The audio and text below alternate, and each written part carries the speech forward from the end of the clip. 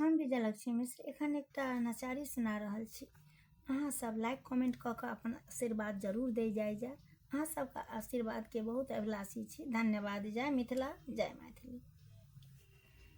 रिझि गेली भवानी जोगिया में, रिझि गेली भवानी जोगिया में, रिझि गेली भवानी जोगिया में, बसी भेली भवानी भंगिया में, भंगिया में हो भंगिया में, रिझि गेली भवानी जोगिया में।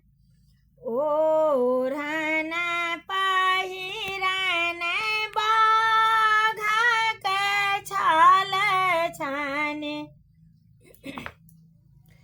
ओढ़न पहिरन बाघक छाल, सहसा साँप करनि तन में हो, सहसा साँप करनि तन में, रिझि गेली भवानी जोगिया में, बसी भेली भवानी भंगिया में। भाल बीच नव चंद्र बिराजे, भाल बीच नव चंद्र बिराजे, सूर साड़ी बानी जटा परे में हो, सूर साड़ी बानी जटा परे में, रिझि गेली भवानी जोगिया में।